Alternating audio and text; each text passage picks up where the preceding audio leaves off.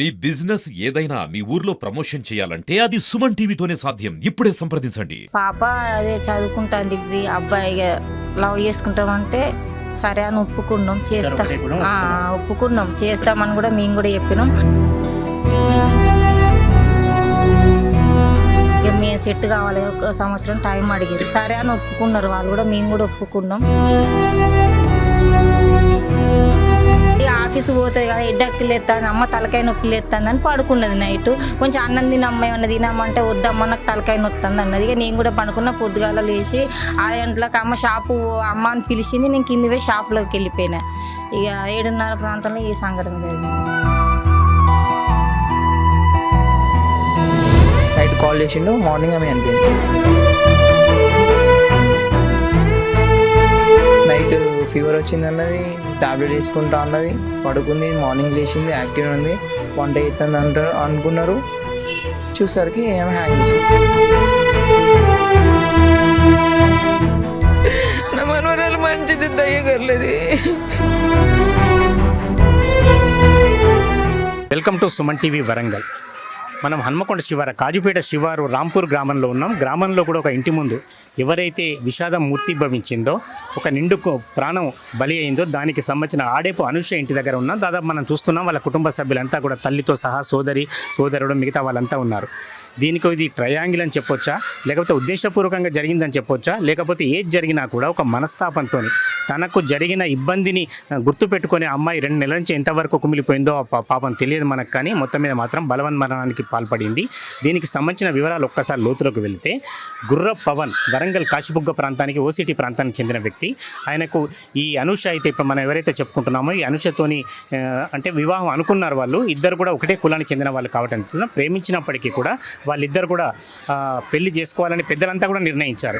ఈ పరిస్థితులలో కొద్ది రోజుల తర్వాత ఇప్పటికీ మన పవన్కు చాలామంది 2-3 అమ్మాయిలతోని స్నేహ సంబంధాలు ఉన్నాయని, ఆ స్నేహం ఎక్కడి వరకు దారి తీసిందో మనకు తెలియదు. కానీ మొత్తం మీద మాత్రం ఈ అబ్బాయి వల్ల ఒక 2 నెలల క్రితం వరంగల్లో కూడా ఒక అమ్మాయి బలవన్మరణానికి పాల్పడింది. దీనికి సంబంధించి పోలీసులు పూర్తి స్థాయిలో విచారణ జరుపుతున్నారు. ఈ 2 నెలల నుంచి ఆ అబ్బాయికి సంబంధించిన సెల్ ఫోన్ కావచ్చు, సిమ్ కానీ, ఇతర కాగితాలు కానీ, ఇతర కార్డులు కానీ అవన్నీ కూడా స్వాధీనం చేసుకున్నారు.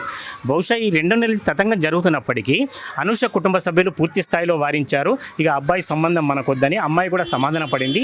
బాగా మొదటి నుంచి కూడా చదువులో బ్రిలియంట్గా ఉండి ఒక ప్రైవేట్ ఉద్యోగం కూడా చేసుకుంటూ అందరిలో తలలో నాలుకలా మెలిగే అనుష మరి ఈ నిర్ణయం ఎందుకు తీసుకుందో మనకు తెలియదు. బహుశా పవన్ క్యారెక్టర్ ఇది అని తనకు తెలవటం వల్లనో అట్లా మనస్తాపం చెందిందా, తర్వాత ఇంకెవరైనా అనుకుంటారని బాధపడిందా, తాను కాకుండా ఇంకో 2-3 అమ్మాయిలతో సంబంధాలు ఉన్నాయని ఆయన మనసులో అనుకుందా, ఏమనుకున్నా మనకు తెలియదు. మొత్తం మీద మాత్రం ఒక వ్యక్తి కారణం వల్ల ఈరోజు అనుష మనకు లేకుండా పోయింది.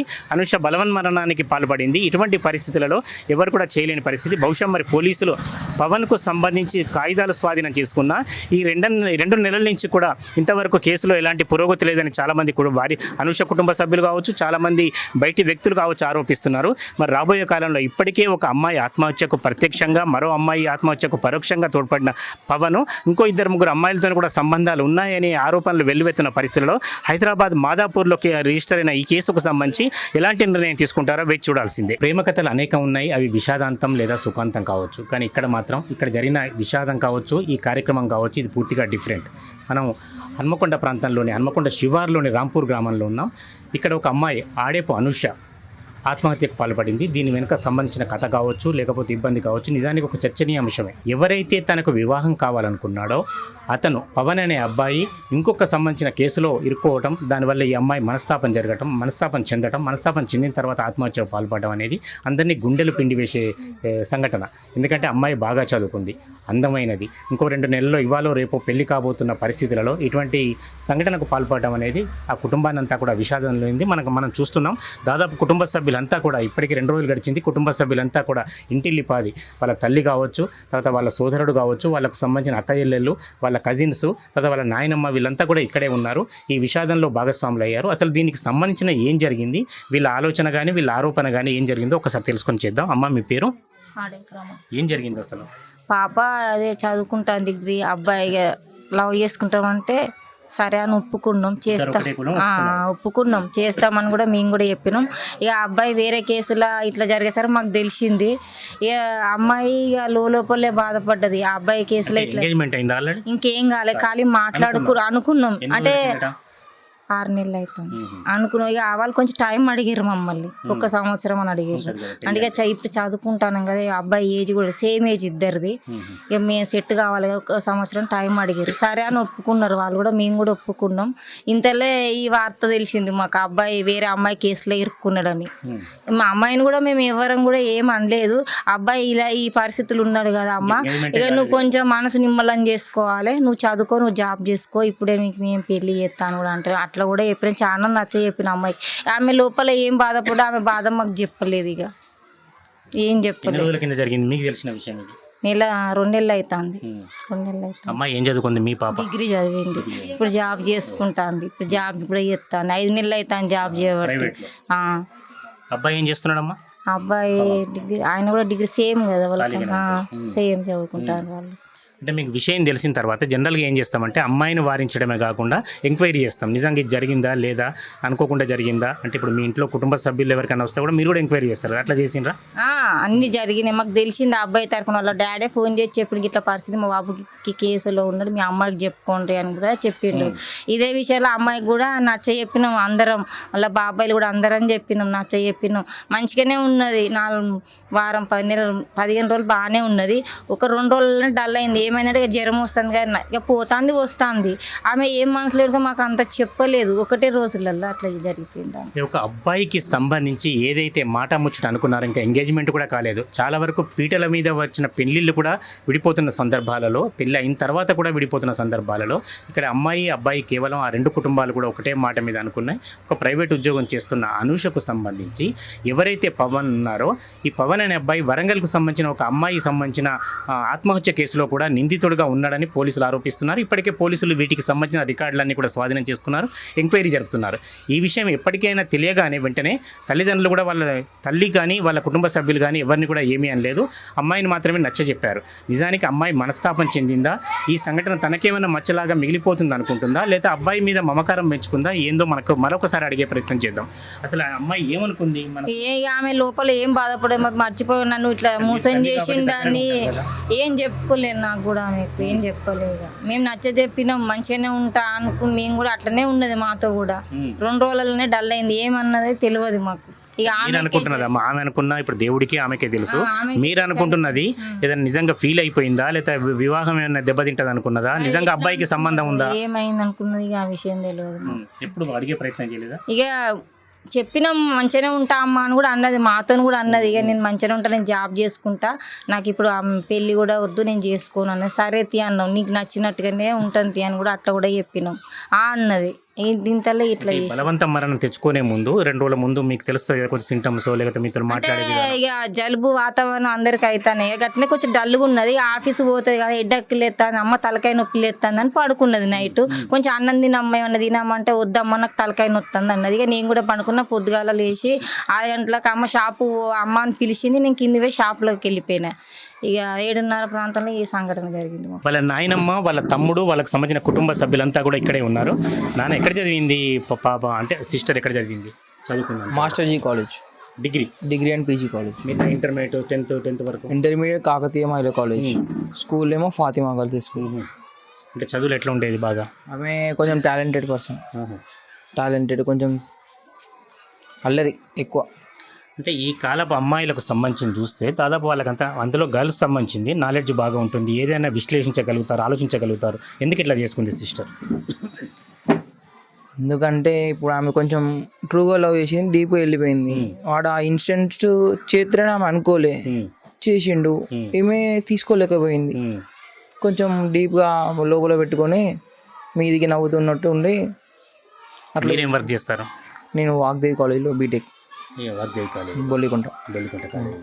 అంటే మీరు కూడా చదువుకున్న వాళ్ళు కదా, మీరు ఎంక్వైరీ చేశారా పవన్ గురించి, దీని గురించి, ఇన్సిడెంట్లో నిజంగా ఉన్నాడా ఆయన, దాంట్లో పార్ట్నర్షిప్ ఉందా ఆయనకు ఈ విషయంలో? ఉంది, చేసాం. వాళ్ళ ఫాదరే, నేనే కాల్ చేసాం వాళ్ళ ఫాదర్కి, ఎట్లా అయింది అని అంటే చెప్పిండు. వాళ్ళ ఫాదర్ అయింది, ఇట్లా చేసిండు, ఇట్లా ఎఫ్ఐఆర్. అమ్మాయితో ఎఫ్ఐఆర్ ఉందా, స్నేహం ఉందా? ఎఫ్ఐఆర్ ఉంది ఆ అమ్మాయితోట. క్లాస్మేట్ కాదు. చనిపోయిన అమ్మాయి కూడా. వాళ్ళ ఫ్రెండ్స్ తోటి ఆమె తిరిగింది. ఈయనే థర్డ్ పర్సన్ తిరిగిండు. లాస్ట్ అమ్మాయి కూడా చనిపోయింది కదా అప్పుడు. ఇతను లాస్ట్ కాల్ ఇతనే ఉండే ఆమె కాల్లో.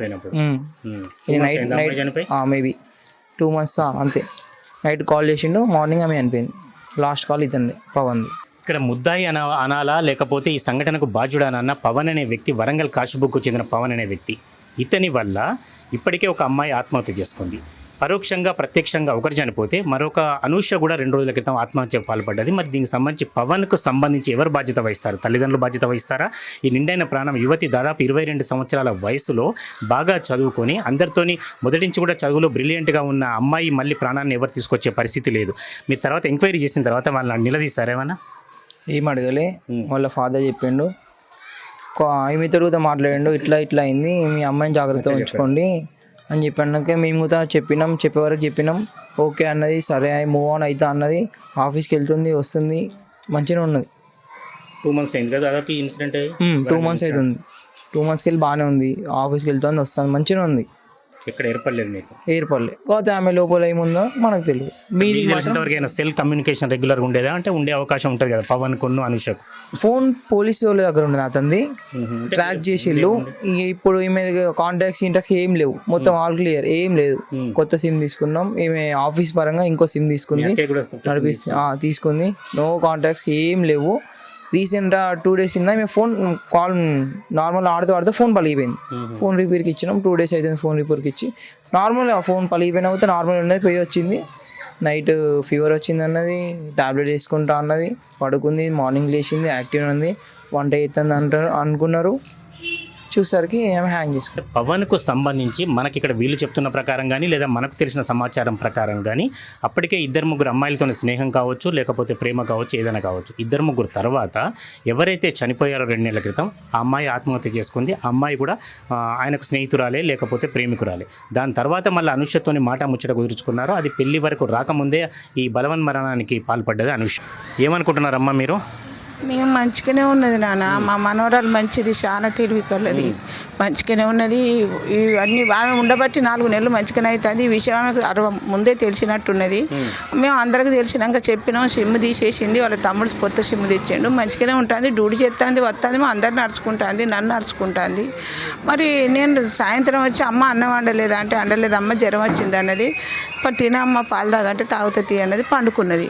పొద్దుగాల నేను లేచి 7 గంటలకు 7:15 నేను వస్తాను. వచ్చి తీసే వరకు ఏంటి ఆమె ఊరేసుకొని ఉన్నది, షాప్ పెట్టమని వచ్చే వరకు ఊరేసుకున్నది. అంతకు మించిగా ఏం లేదు సార్. నా మనవరాలు చాలా మంచిది. ఆ రోజు సాయంత్రం మాట్లాడింది, తినమ్మా అన్నది, లేకుంటే పిన్నోళ్ళు ఇంట్లో తినన్నది, అంతే. కానీ అంతకు మించి నాకు ఏం తెలుసు. అంత జయింట్ ఫ్యామిలీ అంతా కలిసి ఉంటాం. 4 కొడుకులకు 2 చచ్చిపోయారు. ఇప్పుడు మనవరాలు చచ్చిపోయింది. పెద్ద కొడుకు కరోనాలో పోయిండు, 3వ కొడుకు హార్ట్ అటాక్ వచ్చి చచ్చిపోయిండు.